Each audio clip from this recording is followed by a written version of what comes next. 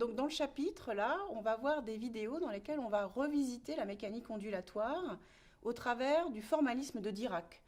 On va introduire ce formalisme et on va introduire les espaces vectoriels associés qui ont été introduits pour la première fois par Hilbert.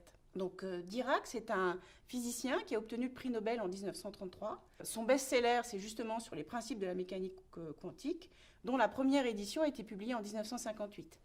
Hilbert est un mathématicien qui, lui, a révolutionné l'algèbre générale.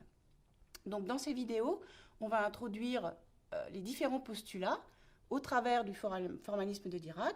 Le premier, c'est le formalisme sur le vecteur d'état, donc la fonction d'onde remplacée par un vecteur d'état. En fait, on va introduire un langage géométrique pour résoudre des problèmes d'analyse. Donc on va utiliser par exemple, des termes que vous avez déjà utilisés, comme des bases orthonormées, des vecteurs, des produits scalaires, etc.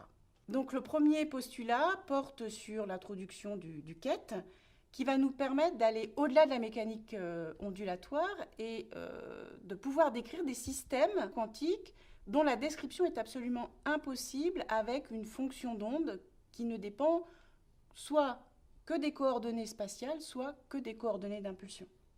Donc par exemple, on va pouvoir décrire le spin de l'électron. On va introduire aussi la notion d'opérateur. Un opérateur, c'est une transformation linéaire qui transforme un ket en un autre ket. Et on verra des opérateurs particuliers qui permettent de décrire des grandeurs physiques mesurables. Donc ça, c'est le deuxième postulat.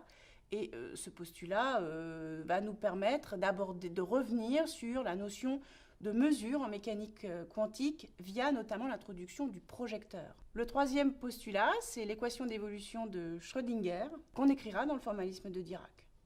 Et enfin, dans une dernière vidéo, on introduira la notion d'Ecoq. Ecoq, c'est pour ensemble complet d'observables qui commutent. C'est une notion extrêmement importante parce qu'on verra qu'elle permet de décrire complètement un système quantique.